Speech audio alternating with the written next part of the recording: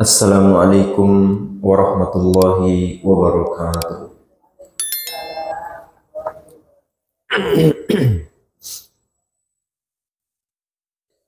Alhamdulillahi rabbil alamin. Hamdan yuwafi ni'amahu wa yukafi'u mazidah. Ashhadu an la ilaha illallah wahdahu la syarikalah. Wa ashhadu anna Muhammadan abduhu wa rasuluhu la nabiyya ba'dah.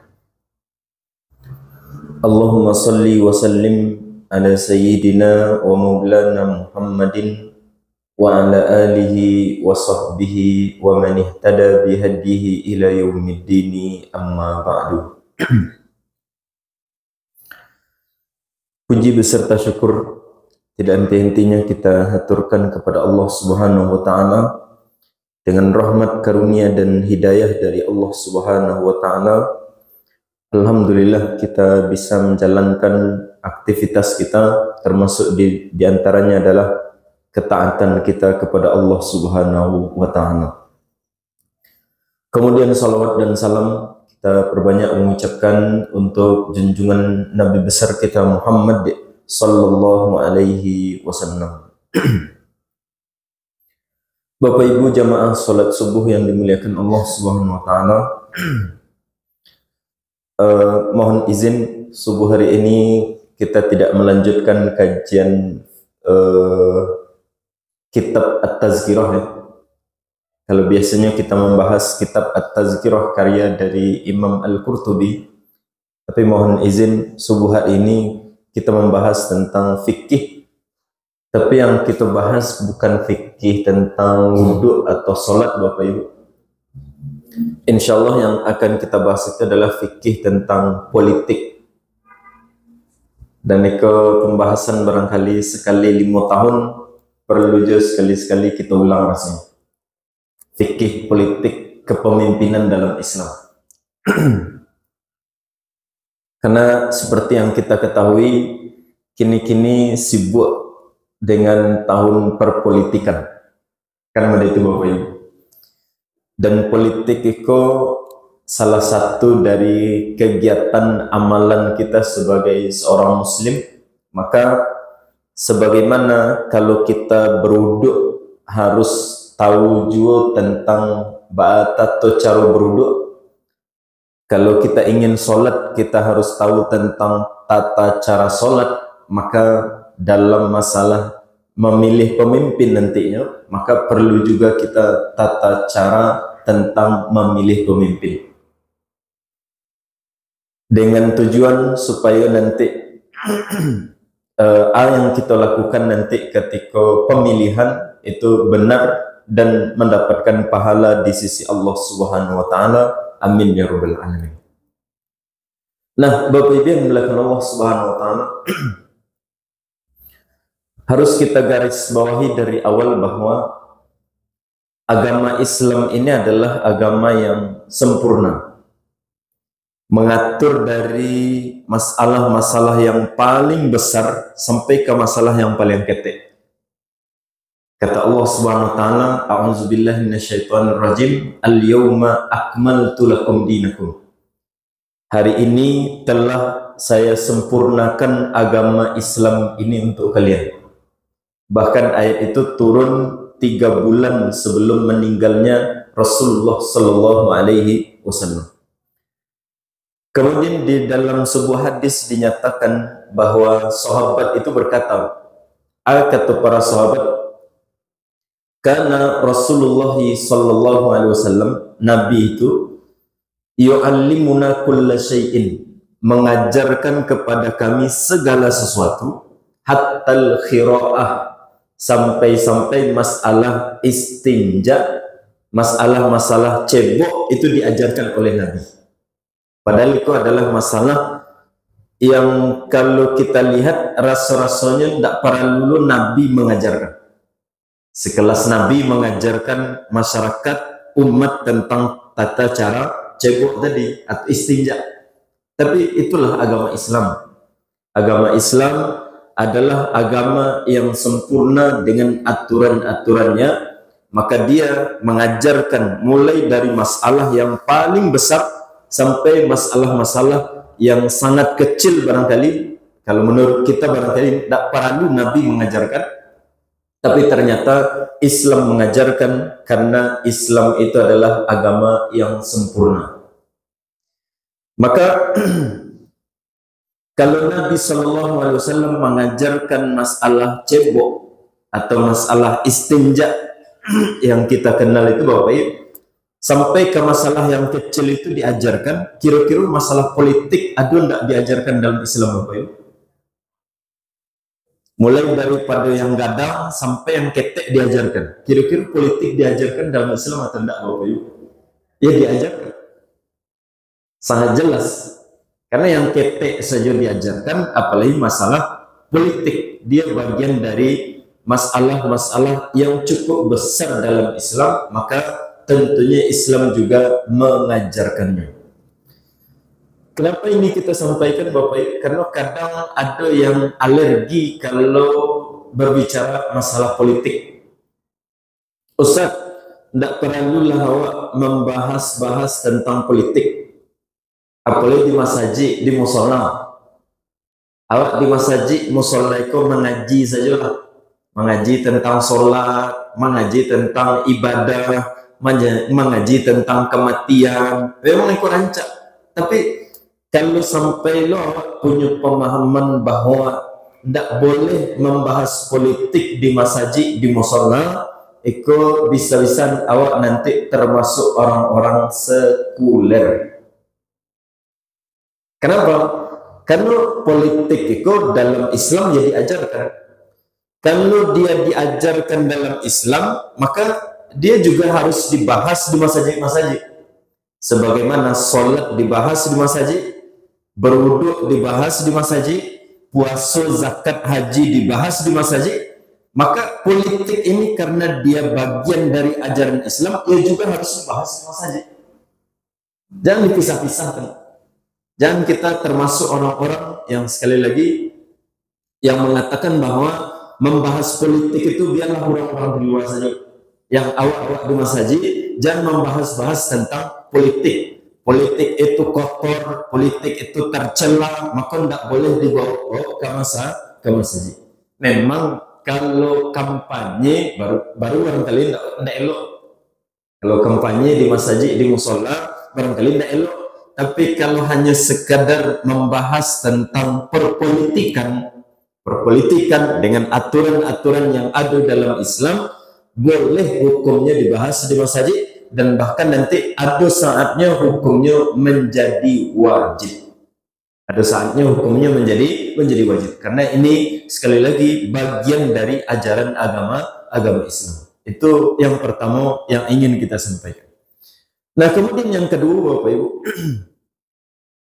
kalau kita lihat yang ditulis oleh para ulama kita,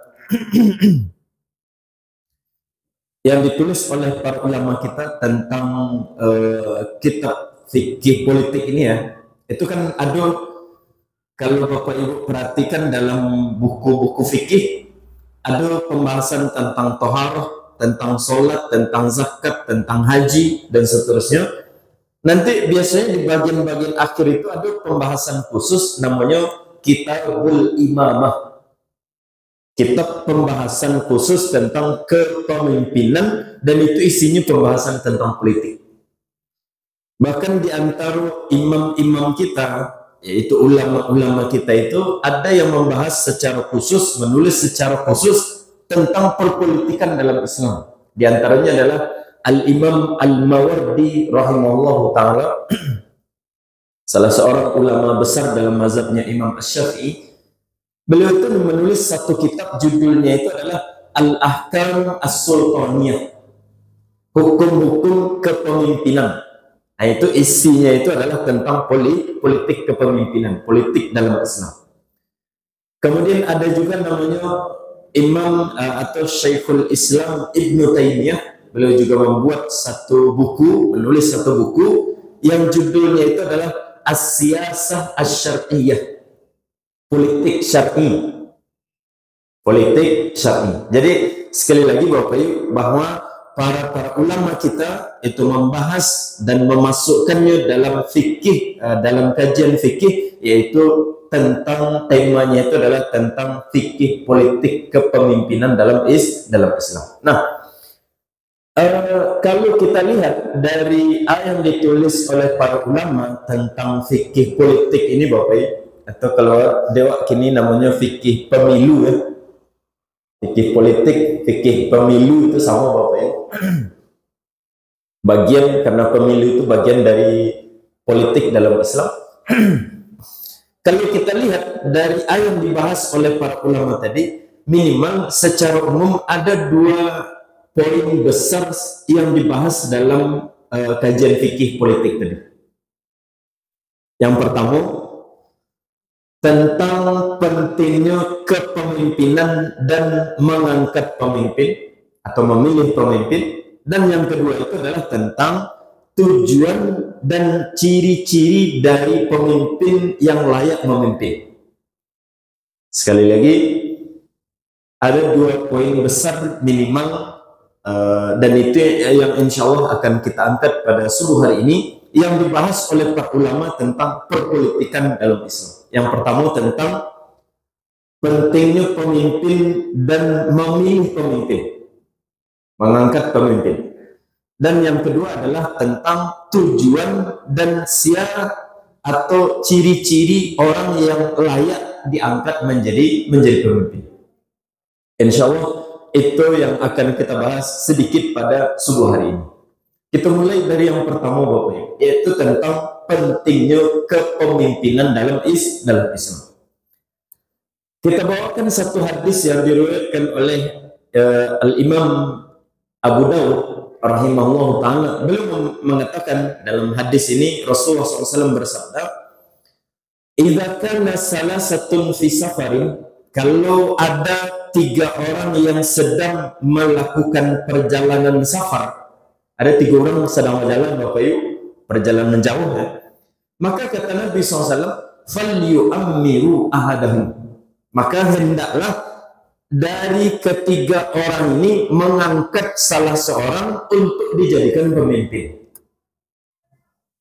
Jadi kalau ada 3 orang yang ingin mengadakan perjalanan safar, perjalanan jauh, pergi ke Jakarta, pergi ke Singapura, pergi ke Malaysia, pergi haji, pergi umrah, kalau walaupun hanya 3 orang saja, Bapak, maka dari yang 3 itu, kata Nabi SAW, harus ada yang ke salah seorang untuk menjadi pemimpin. Argumennya kira-kira, Bapak Ibu,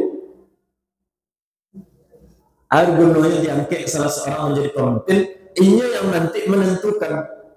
Ini yang menentukan di mana berhentinya, hari apa pergi, kemudian di mana berhenti makan, berapa jam istirahat, dan segala macamnya, mulai dari kepergian sampai nanti kepulangan, ini yang kemudian mengambil keputusan.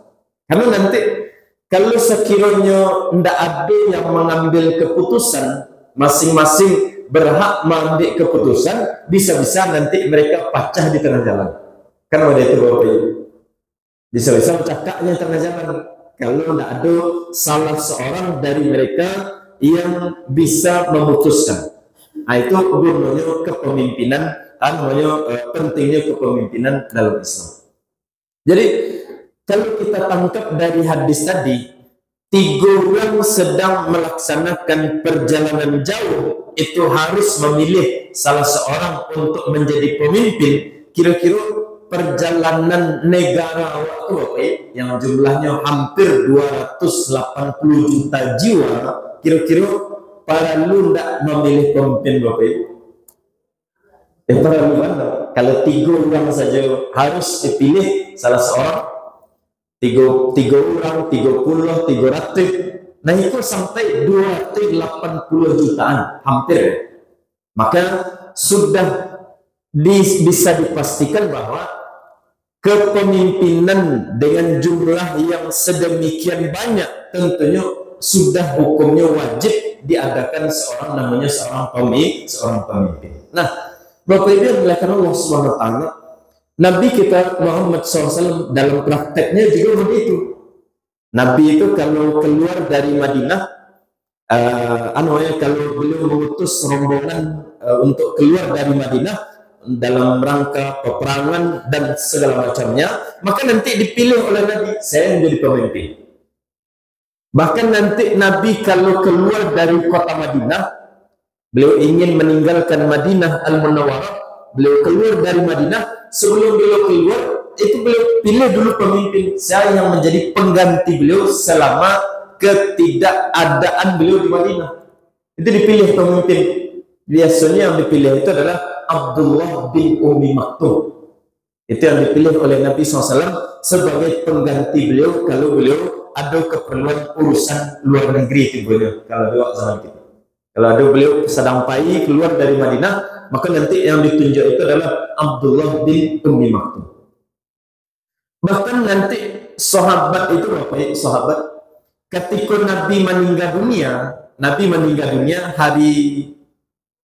hari Senin.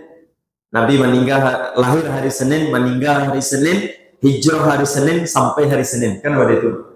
Nah, Nabi SAW ketika meninggal dunia hari Senin, apa yang dilakukan oleh para sahabat waktu menyelenggarakan jenazah Nabi, atau yang kedua itu adalah memilih pemimpin dulu baru menyelenggarakan jenazah Nabi. Memilih pemimpin dulu.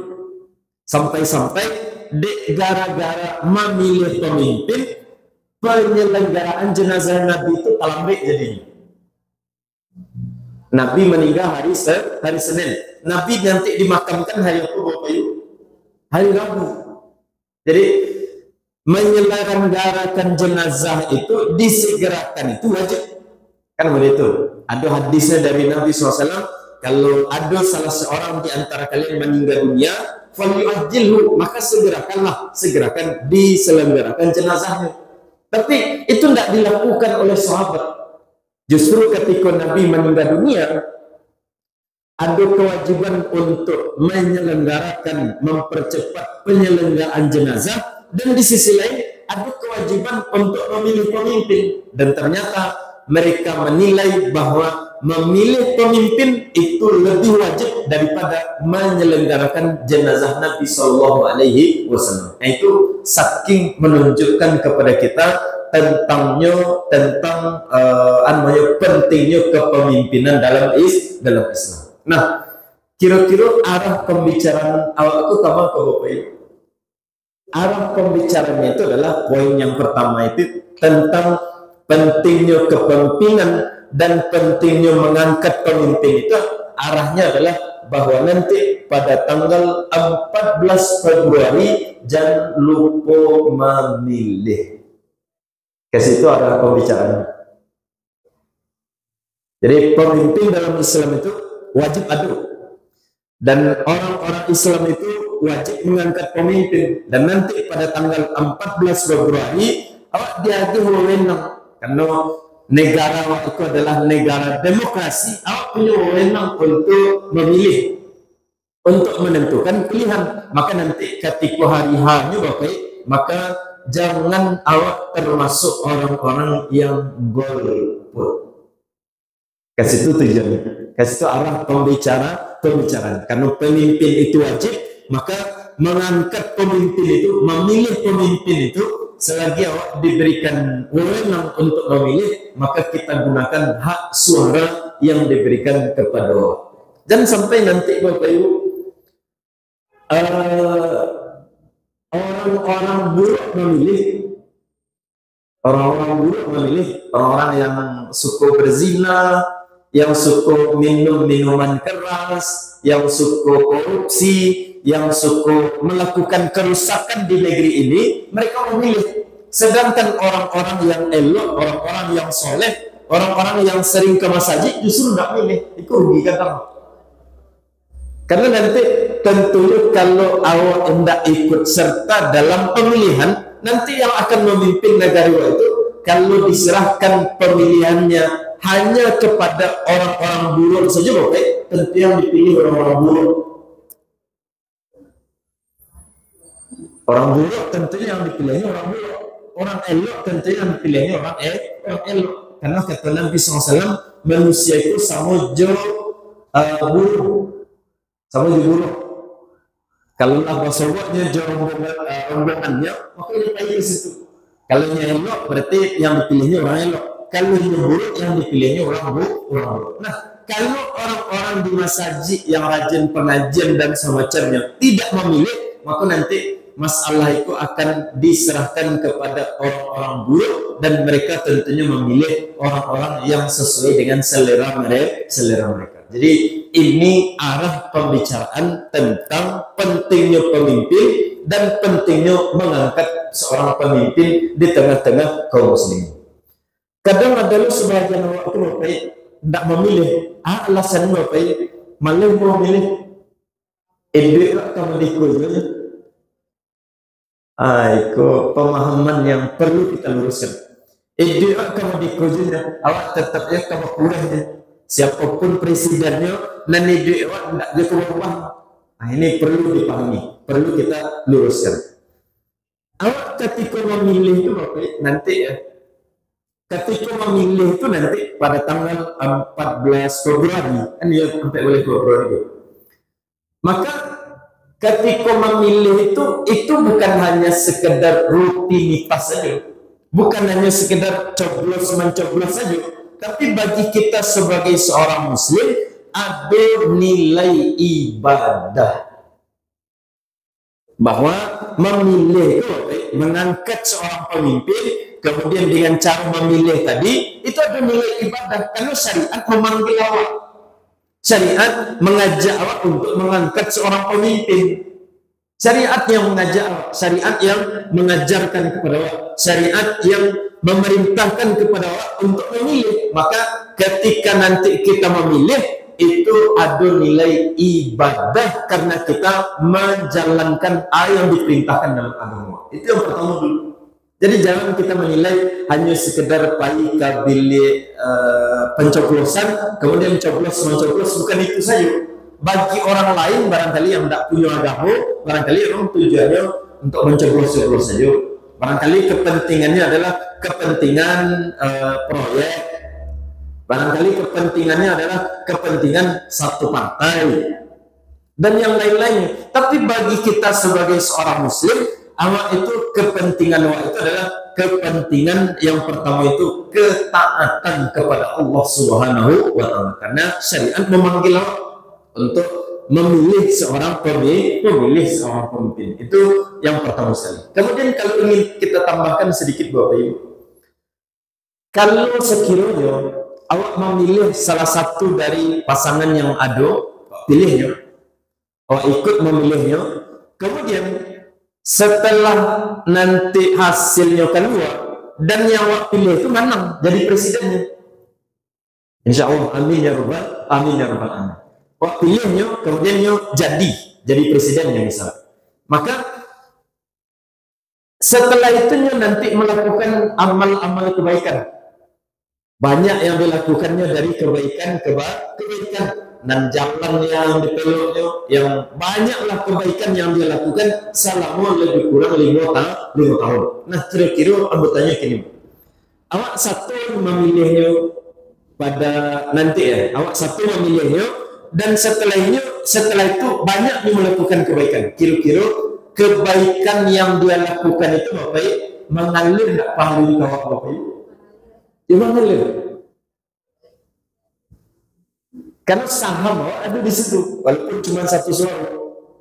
Karena saham ada di situ. Maka sekali lagi, ketika kita memilih, maka kita niatkan, ya Allah, Amba pilih orang ini insya Allah banyak kebaikan-kebaikan yang akan dia lakukan nanti. Maka semoga kebaikan-kebaikan yang dia lakukan, kalau benar dia lakukan nanti mengalir pahala kepada Allah. Nah, itu niat awak di samping menjalankan kewajiban awak untuk memilih. Jadi awak sebagai seorang muslim itu Bapak, jangan awak sekedar hanya mencoblos saja, tapi nilai dasarnya itu adalah ketaatan dan yang kedua ada harapan. Harapan awak semoga nanti dengan ini menjadi presiden, dengan secara tidak langsung setiap kebaikan-kebaikan yang dia lakukan mengalir pahala kau. Awak sedang sibuk sibuk berdagang, sibuk karajo dan semacam. Ada pahala yang mengalir. Pahala dari mana, Bapak? Pahala dari orang-orang yang kita pilih dan kemudian mereka melakukan kebaikan. Entah kebaikan yang dilakukan yang jalih itu Allah yang Maha tahu, dan kemudian pahalanya mengalir ke bawah. Nah, itu tujuan dan motivasi awak sebagai seorang muslim untuk kenapa kita nanti memilih pada tanggal 14 Februari. Kalian tidak ada ibu-ibu yang tanya golput?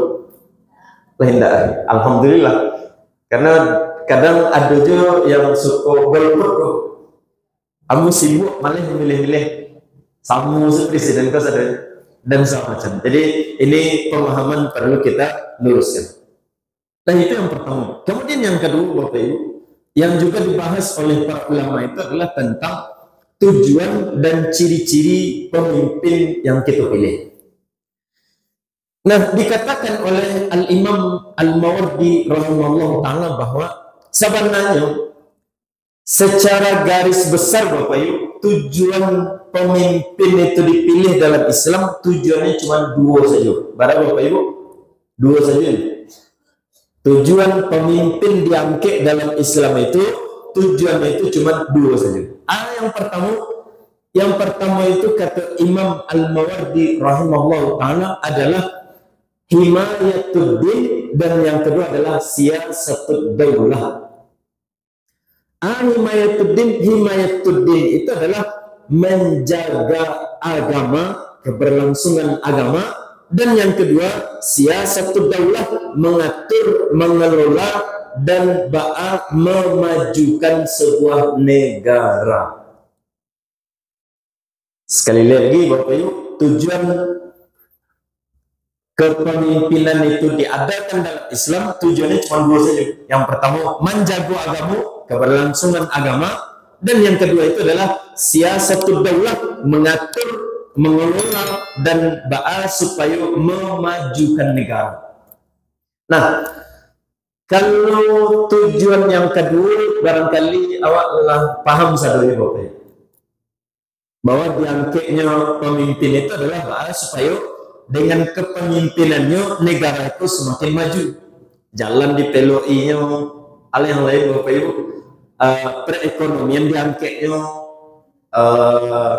harago kalau bisa nanti hasil pertanian tidak ada harga yang anjlok, sehingga banyak petani yang kemudian kadang-kadang menangis gara-gara lado misalkan yang harapannya itu jual dengan harga sekian misalkan, ternyata anjlok harganya sampai-sampai tidak diambil, bahkan dibuang begitu saja.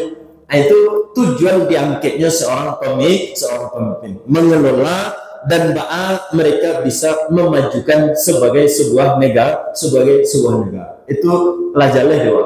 Nah, tapi bukan itu saja tujuan pemimpin diangkat. Bukan hanya untuk membangun infrastruktur saja, bukan hanya untuk membangun jalan-jalan tol saja, bukan hanya untuk membangun bangunan-bangunan megah, mewah dan semacamnya, bukan itu saja. Karena kalau tujuan membangun negara atau tujuan pemimpin hanya untuk memajukan negara, supaya negara itu menjadi negara maju, tapi mereka tidak memikirkan agama dari masyarakat, maka yang lebih rancak menjadi presiden itu rancak Fir'aun sebenarnya. Kalau memang itu saja tujuannya, tujuan jadi pemimpin, ingin memajukan, ya itu rancak. Tapi kalau cuma itu saja, hanya ingin sekedar maju saja, Bapak, supaya negara itu menjadi negara maju, agamanya tidak diperhatikan, masyarakatnya agamanya dipadiakan, bahkan diberikan kelonggaran untuk kemaksiatan, maka yang lebih rancak jadi presiden itu dialah Fir'aun saja.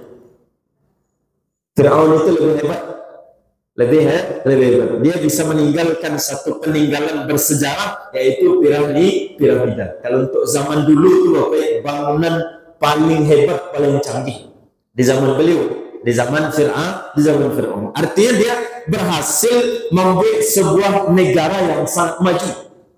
Tapi agama dari masyarakatnya Bapak, agamanya tidak elok. Nah, maka tujuan yang pertama dari diangkatnya pemimpin dalam Islam itu bukan untuk memajukan negara. Memang memajukan negara itu bagian dari tugas kepemimpinan dalam Islam, tapi bukan tugas utama mereka. Tugas utama mereka itu, kata Imam Al-Mawardi, adalah himayatuddin, yaitu menjaga, melestarikan, menjaga keberlangsungan agama sebuah masyarakat. Itu tujuan utamanya. Supaya masyarakat itu menjadi soleh, masyarakat itu semakin dekat dengan Allah SWT, pintu-pintu kemaksiatan ditutup, yang elok-elok disemarakkan, diramaikan, supaya masyarakat itu lebih dekat dengan agama, lebih dekat kepada Allah SWT, tidak semakin jauh. Nah, itu niat, tujuan dari kepemimpinan diadakan dalam Islam. Itu mohon maaf, para lu mau sampaikan. Ada salah seorang dari paslon yang ada itu bukan kampanye, dan namun tidak akan kampanye di masjid musola itu bukan kampanye. Cuma para lu disampaikan, karena aku nilai itu menyalahi politik Islam. Ada salah seorang dari paslon yang ada itu yang mengatakan mediku lebih kurang, ambo jalan-jalan ke Jerman. Jalan-jalan mau ke Jerman, masyarakat di Jerman itu menurut beliau, awak kan tidak tahu di Jerman itu semua. Cuma masyarakat yang di pinggir-pinggir itu, menurut beliau, mereka itu bertani dari pagi sampai sore. Setelah sore hari mandi, kemudian pakai pakaian rancak, pakai kendaraan rancak, kemudian pergi ke diskotik. Namun kata pemimpin tadi, ingin lo Indonesia mati itu. Kira-kira lelok tujuan pemimpin mereka Bapak Ibu. Tidak elok. Itulah salah niatnya dari awal. Landak benar tujuan kepemimpinannya dari awal. Kalau yang kita harapkan itu adalah pemimpin itu menjanjikan yang elok-elok untuk kedepannya agama dari masyarakat. Ada program misalkan maghrib mengaji, itu kerja. Program namanya diwajibkan nanti siswa-siswi pakaian menutup aurat, itu rancak. Nanti misalkan dibuat undang-undang bahwa LGBT itu adalah sebagai sebuah kejahatan, maka nanti kalau ada orang LGBT ditangkap, ditahan, dipenjarakan, itu rancak. Tapi kalau model tadi niat dari awal itu maka ini sudah bertolak belakang dengan tujuan diadakannya kepemimpinan dalam Islam. Kalau tujuannya masyarakat itu maju, ekonominya rancak, kemudian dia malam-malam pergi ke diskotik, pergi dugem, pergi berzina, minum minuman keras, justru itu adalah menyalahi tujuan dari diadakannya kepemimpinan dalam Islam. Orang yang mau jangan dipilih. Landa elok, niatnya dari awal landa elok. Landa elok, landa sesuai dengan politik dalam Islam. Politik dalam Islam itu bahas supaya masyarakat, bahas supaya rakyat itu semakin dekat dengan Allah SWT, bukan semakin jauh. Bahkan nanti politik yang mereka gunakan supaya masyarakat bisa mengaji. Kini kan ada penelitian Bapak Ibu, 75% dari umat Islam tidak pandai mengaji. Itu kalau diangkat nih Bapak Ibu, kemudian nanti dibuatnya program bahas supaya masyarakat itu ditekan supaya bisa mengaji, sehingga nanti bisa menjadi 50%, bahkan bisa menjadi 25% misalkan. Itu namanya perpolitikan dalam Islam yang bagus. Mereka berusaha, ada upaya dengan politik kekuasaan yang mereka miliki, ada upaya mereka bahas supaya masyarakat dakik ke agama. Itu baru rancak programnya. Tapi kalau dijanjikan, kalau aku jadi presiden, rakyat nanti karajo, diberikan pekerjaan, malam-malam diskotik, bergoyang-goyang, berzina, kemudian minum minuman keras, ini justru menyalahi politik, tujuan politik dalam Islam, tujuan politik kepemimpinan dalam Islam. Karena sebagai Muslim itu, sebagai Muslim, ada sebuah keyakinan yang harus tertanam dalam pikiran bahwa kesolehan itu berpengaruh kepada perilaku alam. Sebagaimana kemaksiatan berpengaruh kepada perilaku alam.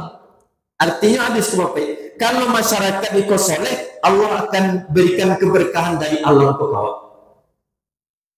Kalau masyarakat itu soleh, Allah akan berikan keberkahan yang tambang lah, yang banyak lah, yang lain-lainnya.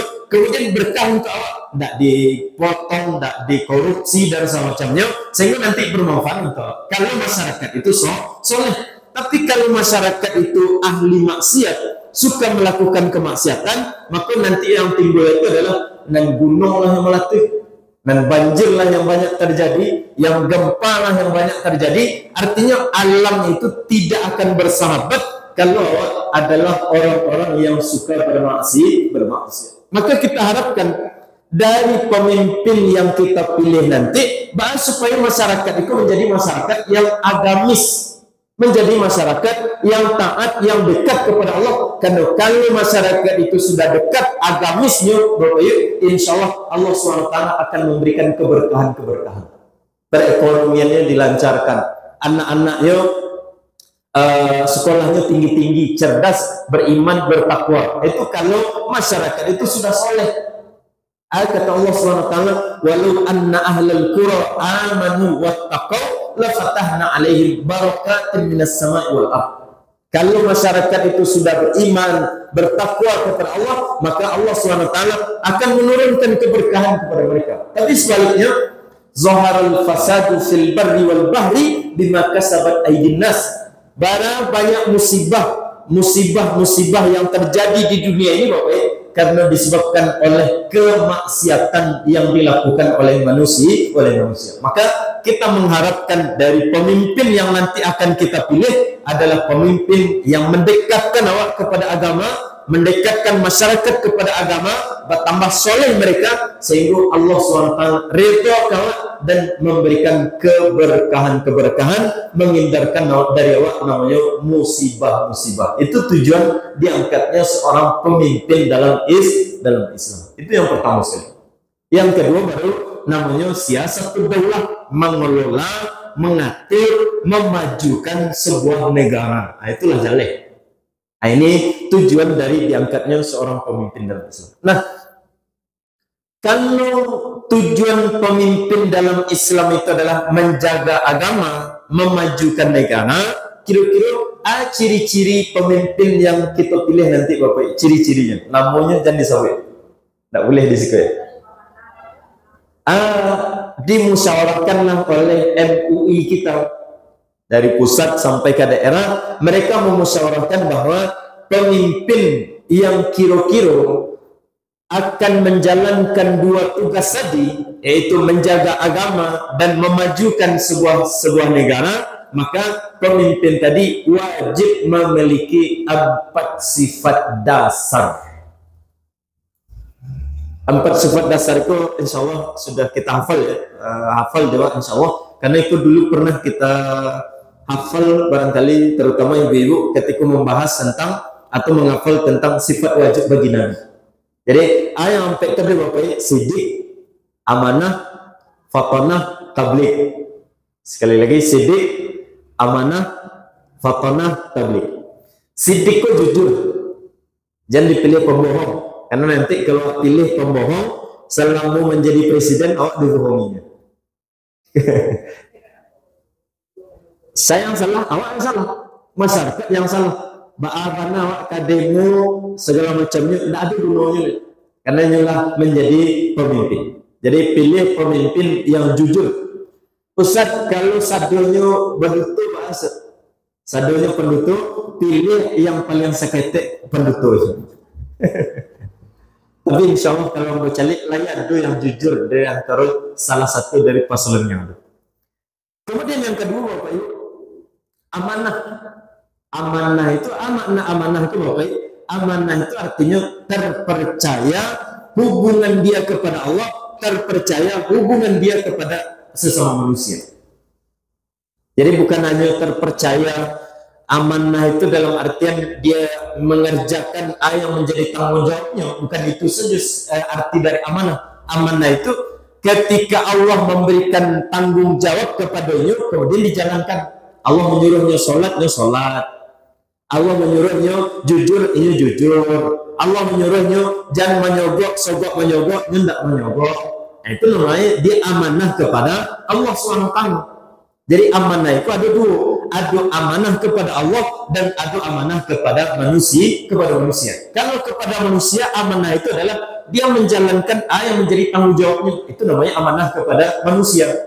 Ini menjanjikan dahulu aku akan misalkan, kemudian dijalankannya, berarti dia amanah kepada manusia. Tapi yang tak kalah penting itu adalah dia juga harus amanah kepada Allah. Artinya pemimpin yang dipilih itu agamanya rancak. Itu amanah makna. Agamanya rancak, lain sholatnya, kalau berwuduknya lain tak salah suruh wuduk. Dulu pemimpin cara wuduk nak batul. Alun cara sholatnya, alun dibacain dalam sholat. Jadi amanah artinya agamanya rancak, calik sholatnya, lain sholatnya tenang. Karena kata Gus Rizal itu kalau seseorang pemimpin nanti dipilih kurang tidak amanah kepada Allah SWT, maka kepada manusia lebih tidak mungkin nilai amanah. Kalau kepada Tuhan saja yang tidak amanah, yang tidak sholat, apalagi menjaga amanah dari manusia. Kalau amanah yang dibebankan oleh Allah saja dilanggarnya, Allah suruhnya sholatnya tidak sholat, Allah suruhnya yang lain Allah suruhnya, Allah larangnya untuk tidak korupsi, Allah larang untuk jangan menyogok, berarti tidak amanah kepada Allah. Orang-orang yang tidak amanah kepada Allah, maka kepada manusia dia tidak akan lebih tidak lebih amanah lagi. Itu namanya amanah yang kedua. Jadi sidik amanah. Yang ketiga namanya fatonah. Fatonah itu artinya cerdas. Cerdas. Jadi pemimpin itu harus cerdas. Karena namanya Bapak, kalau yang dipimpin, yang pemimpin yang pilih orang yang tidak cerdas, banyak menyelesaikan banyak masalah. Sedangkan untuk menyelesaikan masalah itu butuh yang namanya kecerdasan. Jadi kecerdasan itu bagian dari sifat dasar yang harus dimiliki oleh seorang pemimpin. Jadi cerdas. Kemudian yang keempat itu namanya tabligh. Tabligh itu artinya Bapak Ibu menyampaikan, pandai berbicara, pandainya berkomunikasi, pandainya bernarasi, pandainya berdiplomasi. Nah, itu yang dimaksud dengan tabligh. Jadi yang dipilih itu adalah orang-orang yang pandai mengecek. Kalau singkatnya Bapak, hematnya barangkali yang pandai mengecek.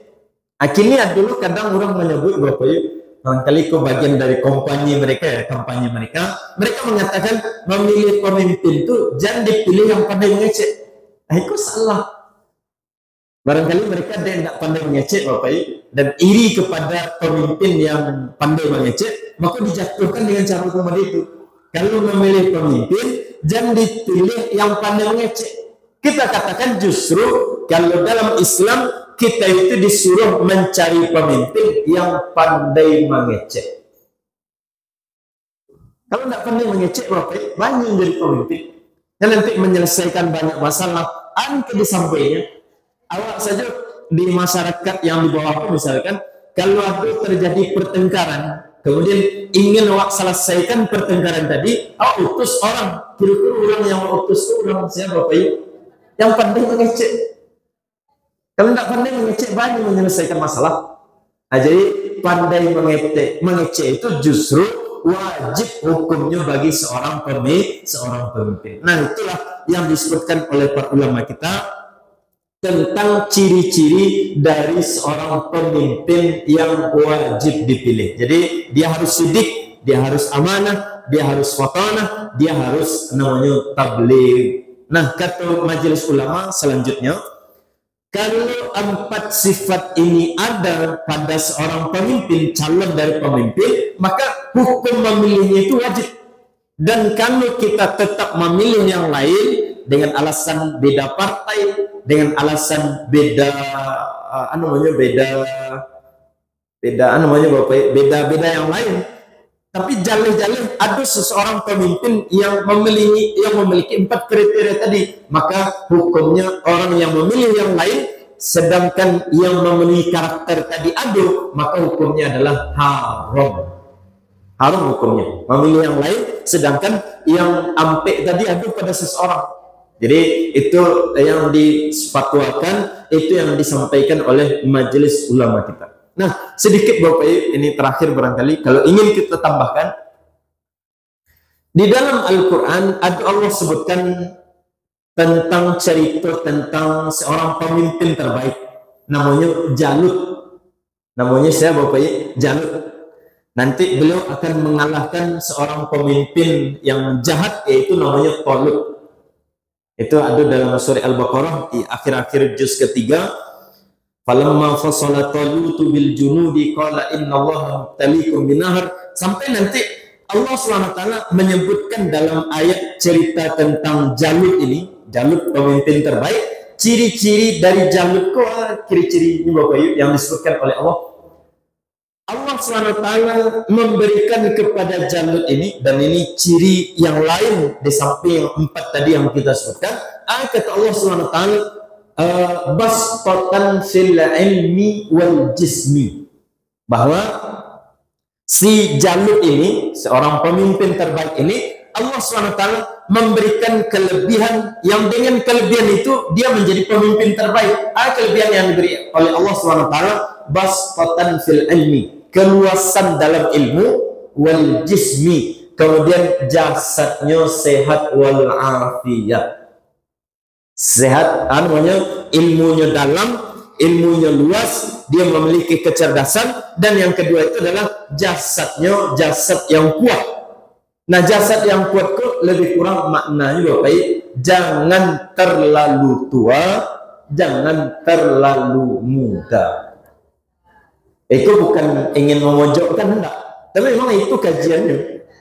Kalau kita lihat ayat-ayat di dalam Al-Quran, itu ada ayatnya dalam Al-Quran bahwa ketika Allah berbicara tentang kepemimpinan dan Allah sebutkan salah satunya yaitu Jalut, maka Allah menyebutkan ciri-ciri dari Jalut itu adalah bastatan fil ilmi wal jismi. Dia memiliki keluasan ilmu, kecerdasan, ilmunya luas, dan yang kedua adalah dia memiliki fisik yang kuat. Ciri fisik yang kuat itu Bapak, jangan terlalu tua, jangan terlalu muda. Selesai masalah. Kalau terlalu tua sakit-sakitan, nan asam urat lah, nan kolesterol lah, nan tensi naik lah, apalagi kalau pemberang-berangnya, tensi naik dan semacam. Kalau terlalu muda, alun matang. Sedangkan masalah yang akan dihadapinya masalah-masalah negara. Masalah negara itu masalah besar. Ada orang munafik, ada orang yang ingin dari luar negeri misalkan dan semacamnya. Banyak masalah-masalah besar. Kalau diutus seorang pemimpin yang alun matang umumnya Bapak, maka nanti kemungkinan besar negara akan kacau dia. Akan kacau. Maka kita berharap kepada Allah SWT, semoga ke depannya Indonesia itu dipimpin oleh orang terbaik. Amin ya rabbal alamin. Nah, bagi kita sebagai pemilih Bapak Ibu, ketika memilih niatkan sebagai ibadah, dan yang kedua berhusnuzon, semoga beliau nanti menjadi presiden. Ketika menjadi presiden, semoga kebaikan yang dilakukan mengalir pahalanya kepada Allah. Itu yang menjadi landasan kenapa nanti kita memilih pada tanggal 14 Februari. Itu barangkali yang bisa saya sampaikan Bapak Ibu. Mohon maaf banyak salah dan khilaf. Wassallallahu ala nabiyina Muhammadin wa ala alihi wa sahbihi wa ajma'in. Wassalamualaikum warahmatullahi wabarakatuh.